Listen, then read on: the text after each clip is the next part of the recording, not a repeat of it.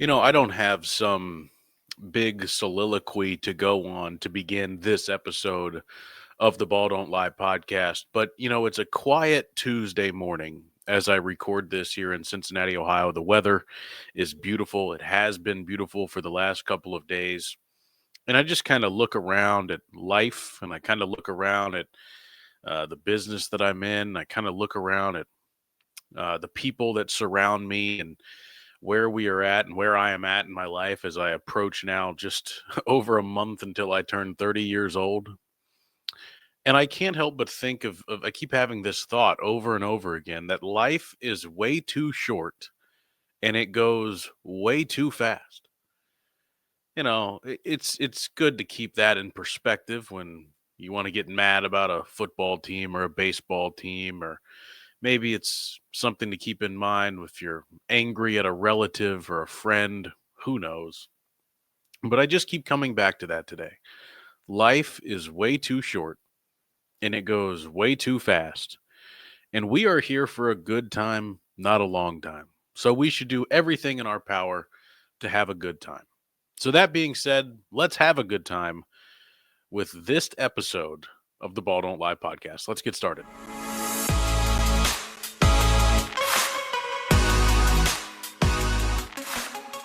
Tell you what, the coffee is fantastic this morning. Hi, hello, and welcome into episode number 134 of the Ball Don't Lie podcast. Now, the old me would have gone on a tirade, a tangent about the number 34, but thankfully, a couple of years ago, that curse was broken. And if you know, you know. And there are some people out there that would say it's not broken. I think there's another curse. It has to do with Aftab Pureval, the mayor of Cincinnati. That's a story for another day. I might make an entire episode about that. Um, but I'm worried about that's on my radar right now as a potential curse that we need to monitor moving forward. Either way, it's finally here. NFL draft week is here. And I kind of said last week how I kind of dread the draft because nobody really knows what's going on and there's a bunch of misinformation. Well, this is the week where you start to get a little bit of clarity. Yeah, there's a lot of smoke screens that are thrown by some teams and agents and insiders and whatnot, but there is a little bit of clarity as well. We know that the Tennessee Titans are not going to move off of the number one pick. We're pretty sure we know who that number one pick is going to be. I think we're pretty sure we know who the first three or four picks or five picks maybe are going to be. And then that's what's interesting and unique about this draft is from pick 6 to pick 56, you don't know. And I think what's interesting is you can kind of look around at all the different people, all the different experts, the people who do mock drafts, the people who do big boards. That could be ESPN, it could be Pro Football Focus, it could be CBS Sports, it could be NFL.com, it could be Insiders, it could be anybody, it could be at The Athletic, it could be Cincinnati.com. Doesn't matter. Everybody has these players ranked differently. And the general consensus is that there are 12 to 15 first round players available in this draft. And that there are, I don't know, 16 to 50, 16 to 55, 16 to 60 second round, third round type of players. And then it's a drop off once you get past that. So that to me makes the first round incredibly interesting because you kind of know what you're going to get in the first 5 to 6 picks. And then it really just depends what teams need and how they specifically rated certain players after that, because there's not a ton of what we would call quote unquote first round talent in the NFL draft this year. And so, because of that, one of the theories we've talked about a lot with the Bengals is the idea of them trading back. Big reason for this being that they have multiple needs and they only have 6 picks. They traded one of their picks last year in exchange for Khalil Herbert, the running back from Chicago. And so it's like, hey, they got needs at D end and D tackle and linebacker and safety and guard and running back, and they need some depth at the offensive line. And so they need more than 6 picks, right? Well, the easy solution is, hey, let's trade back in the first round. Okay, that's fine. The only problem is if there's this big group of players that everybody kind of sees the same and everybody's kind of looking at differently in terms of need and value, then it might not be as easy to trade back if you were the Bengals because teams are like, nah, we can stay put. We can keep our pick and we can stay right here and get the guy that we want, or we can get one of three guys that we want because we feel comfortable of the grades we have on each of them. So I think it's become over the last several weeks, if we've a few weeks, as we've clarified the way teams view some of these players, I think it's become clear that trading back is going to be more of a difficult task than maybe the Bengals or Bengals fans had originally anticipated. Here's what I think is really interesting about the draft, though, is that typically quarterbacks dictate the NFL draft. They always do. This is one of the worst quarterback classes in recent memory. Cam Ward is going to go number one overall to the Tennessee Titans. He probably would have been the fifth or sixth ranked quarterback in last year's draft.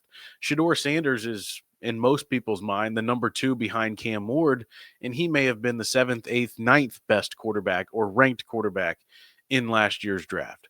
So teams aren't essentially beating down the door to get a quarterback like they would in the past. So here's a scenario that I find interesting.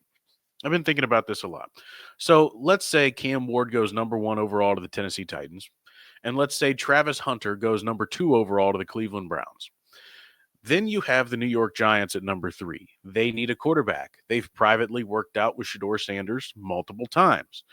However, I don't know that anyone really thinks Shador Sanders is worthy of the number three overall pick in the draft. And the Giants have a roster that needs help.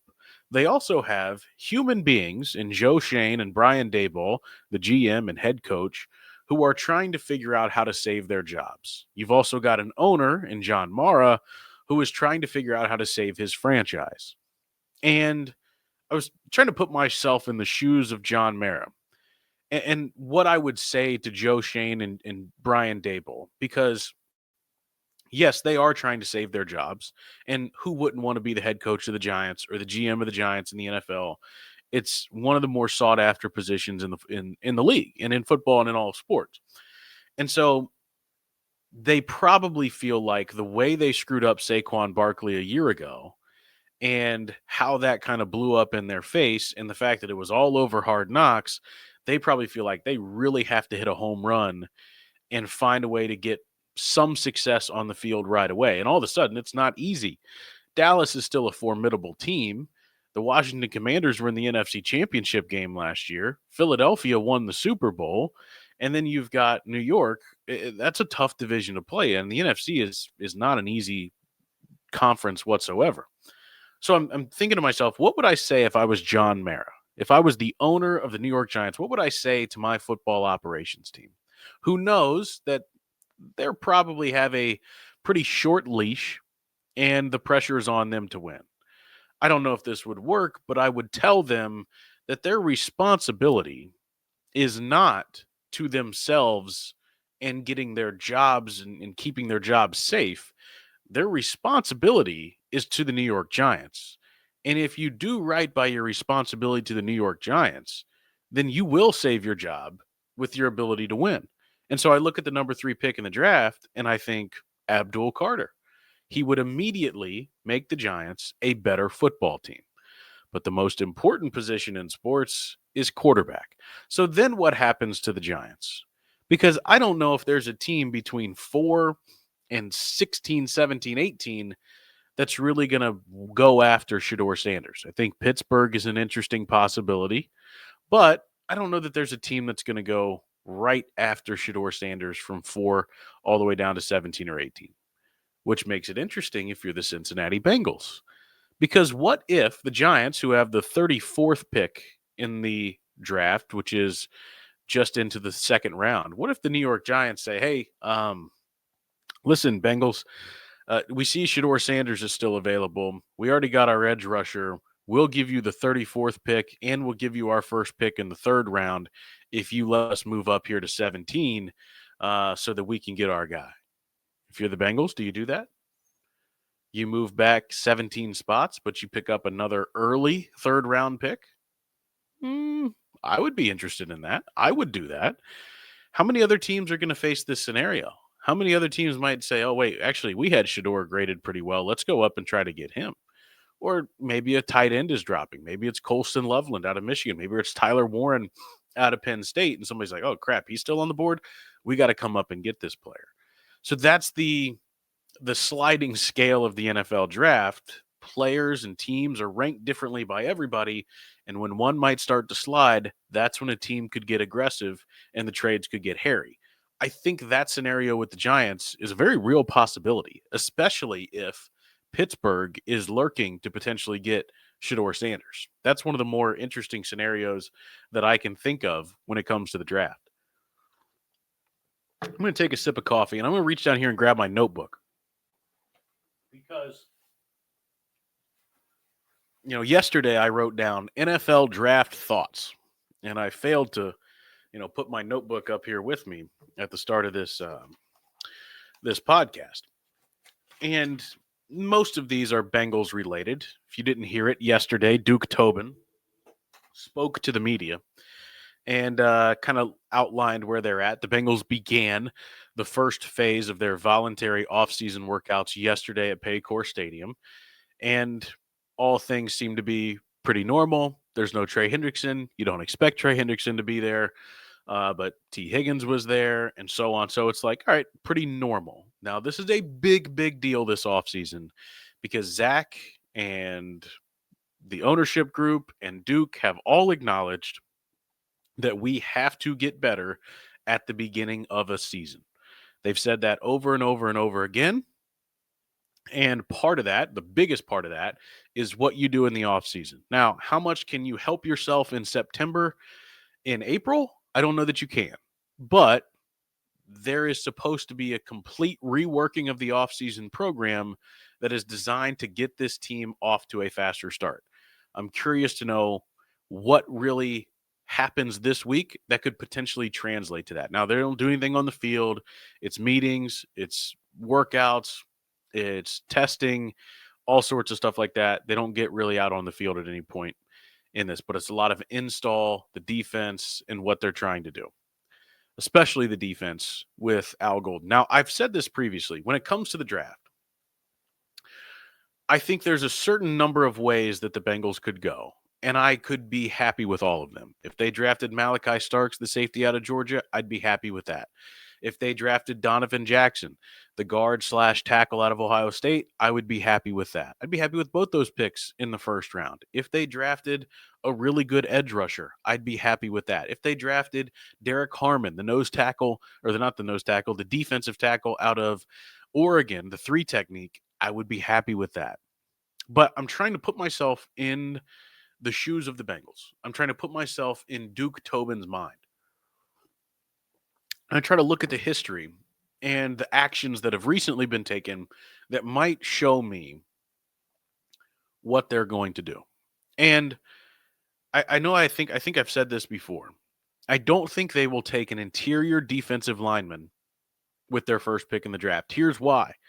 They just reinvested in BJ Hill, signed him to a 3-year deal. They just signed TJ Slayton in the offseason. They spent 2 top 100 draft picks on Chris Jenkins and McKinley Jackson just a year ago. They re-signed Cam Sample, who can play on the inside. And historically, I don't think they value that position as much. They found Geno Atkins a few years ago in the 3rd or 4th round, whatever it was, and he was spectacular for them. They found good players like that later in the draft at that position. And I think, right or wrong, that will dictate a little bit of their decision making when it comes to this position. Another example is they've let Larry Ogunjobi walk. They've let DJ Reader walk in recent years. They've tried to refill that position with the players they currently have. It's just not one that they see as much value in. And so because of that, I don't think they will take an interior defensive tackle in the first round. If they do, I would be thrilled. If it's Derek Harmon, I would be thrilled. I'm all for that. But just knowing how this team works, I don't think they will. Now, when Duke Tobin met with the media yesterday, he had a couple of quotes that I would like to read for you and give you my reaction. The first one is, "We are pleased with where we sit right now." I don't know Duke Tobin well enough to say this, but I think that's a lie. I don't know how you could possibly be pleased with where you sit right now. He also said that he thought free agency went well. You still don't have starting guards. You still don't have good enough defensive linemen. You still don't have a linebacker that is going to start next to Logan Wilson. I think that's a lie. And if it is the truth, then boy, oh boy, is that a problem for the Bengals. Here's another thing when it comes to the draft. A quote from Duke Tobin. I don't think our team absorbs right now as we sit a bunch of rookie starters. Okay, what could that possibly mean? Now, the conversation has been around this team and around this draft that the Bengals need guys that can come in and contribute right away. Duke Tobin basically saying that's probably not going to happen. Question, why not? Why can't you do that? Why can't you find a rookie starter? You mean to tell me a guard that you draft isn't going to come in and compete for a starting spot with Cody Ford and Lucas Patrick and Cordell Volson? If that's the case, then what really are we doing here? And what do you mean Joseph Osai is on a 1-year deal and Miles Murphy's trying to prove it, and Lord knows if Trey Hendrickson's going to show up? You don't think an edge rusher could come in and compete for a starting job? Really? That concerns me. Now, it's smokescreen season. It's smokescreen season, so maybe Duke is just messing with all of us, and he knows that they're going to get guys that are going to come in and immediately have an impact on this roster. Here's the other thing he said, and this I think is one of the most interesting and maybe the most impactful and important parts of where the Bengals currently stand. Quote, we are rebuilding on defense under Al's vision. Al is Al Golden, the new defensive coordinator. Now, let's rewind a little bit to at the end of the season, the Bengals played better on defense, but the decision had pretty much already been made. Lou Anarumo was going to be fired. So the defensive coordinator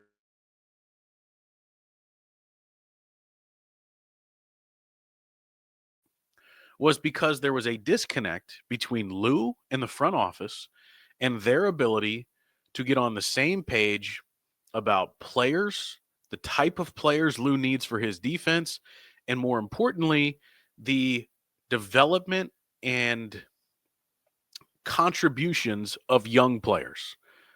Lou did not play them. He did not trust them. He did not put enough on their plate, and the Bengals did not get enough out of that. We've talked extensively about the number of top 100 picks they've played or they've spent on defense that have not played out. Many of them haven't played enough really to tell. Some have been injured. Others you feel confident about moving forward.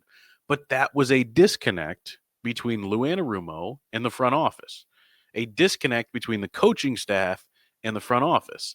This organization is built on cohesiveness between the staff, the coaching staff, and the front office.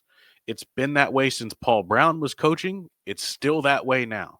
This organization puts more on the plate of their coaching staff than any other in the National Football League.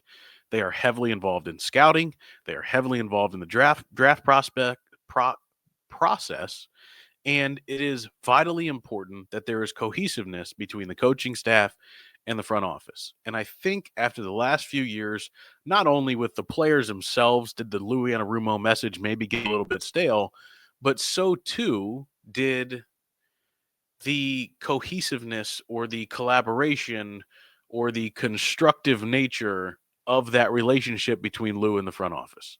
There just was a disconnect. They were going in opposite directions, and the Bengals need to go young and cheap and developmental on defense. So who do they go? Who do they get? They get Al Golden. Bring in Al Golden from Notre Dame. He's been in the college football game for many years. He's former Bengal coach here when they went to the Super Bowl.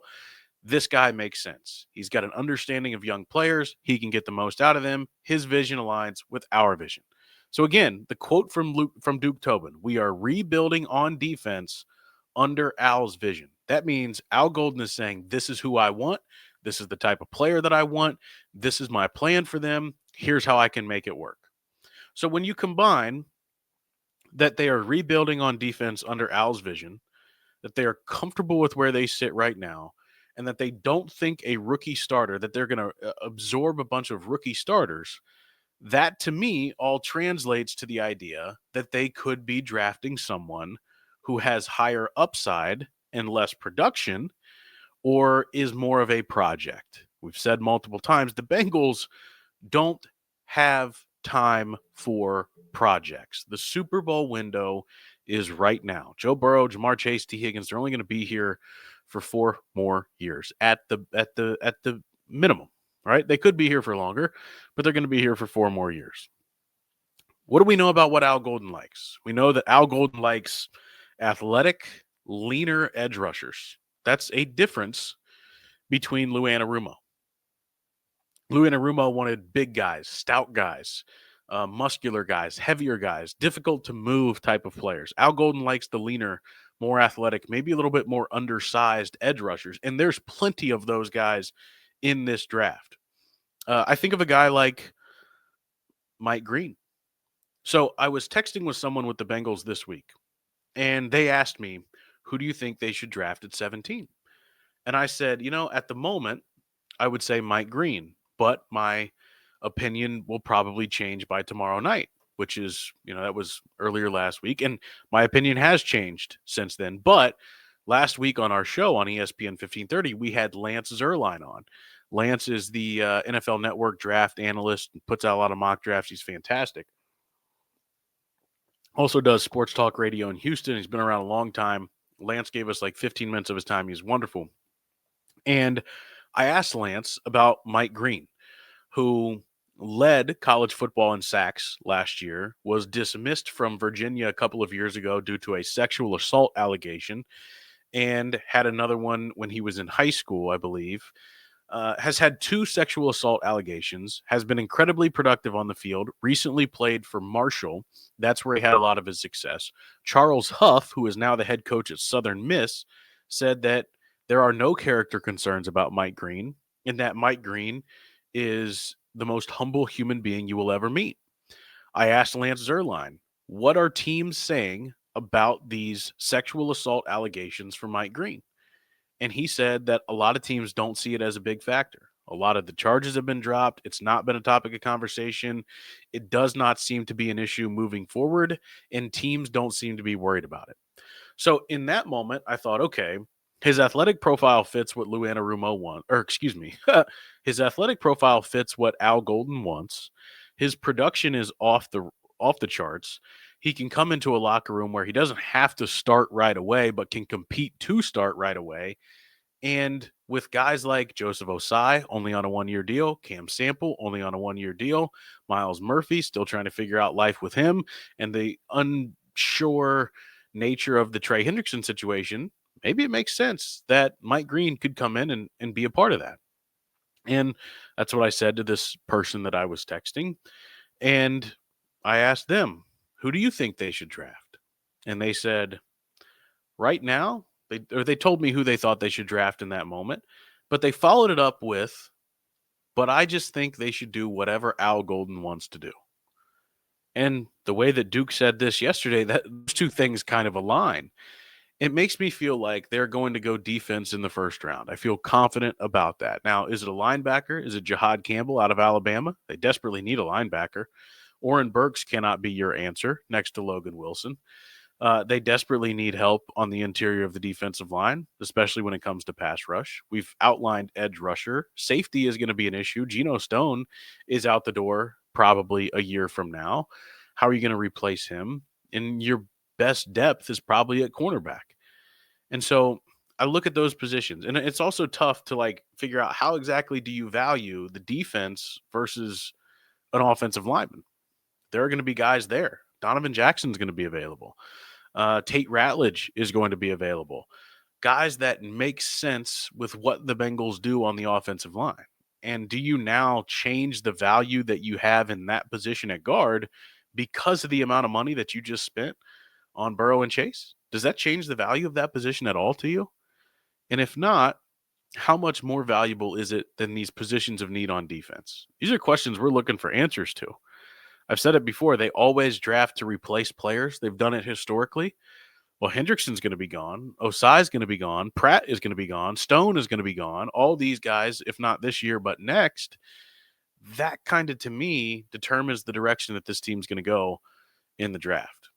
But I'm fascinated by it because I don't remember a draft where there's so many players that are like second to third round players and so few that people feel like are really good, can't miss prospects at the top of the first round. It makes the most of the first round and pretty much the entire second round a crapshoot. Like there are going to be so many surprises of like players that we're going to hear the commissioner say their name. We're like, oh, really? Wow, this team had that player valued here.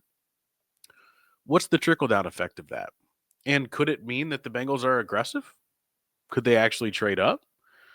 I don't know. I don't know. When's the first run on offensive lineman going to come? When's the first run on defensive lineman going to come? This is the beauty of the draft, is that nobody knows. And every single year, there's a surprise. That's what I love about it. It's also what I hate about it, is all the stuff leading up to this week. This week is fun. And this weekend with the draft is fun. Everything else, to me, not so fun. All right, that does it for me. If you liked what you heard, you can hear me weekdays noon to 3 on ESPN 1530. I co-host a show over there called Cincy 360. And by the way, if you are listening to this Wednesday or Thursday morning, whatever it might be, if you're in Cincinnati, I am going to be at the Holy Grail at the Banks live from 10 to midnight on 700 WLW alongside Chick Ludwig anchoring our draft coverage live from the Holy Grail. We will be on the air when the Bengals make their pick. We are going to do 6 hours of draft coverage from the Holy Grail. It's going to be Lance McAllister and Rocky Boyman from 6 to 8. It's going to be Mo Egger and Tony Pike from 8 to 10. It's going to be myself and Chick Ludwig, the Chickster, from 10 to midnight. We invite you to come out. It's one of the most fun shows of the year at the Holy Grail. Watch the draft, have a few drinks, eat some of the great food, hang out, and figure out what the hell the Bengals are going to do. I invite you out to listen to that. I invite you to listen to the show. Please follow me on everything: TikTok, Instagram, Twitter, at Auty Elmore, AUTYELMORE. Please give the podcast a rating. Please follow the podcast, subscribe to it, tell somebody about it, and just be a friend in that regard. Thank you so much for listening. This has been episode number 134 of the Ball Don't Lie podcast. And as always, have fun, be safe, go Bucks.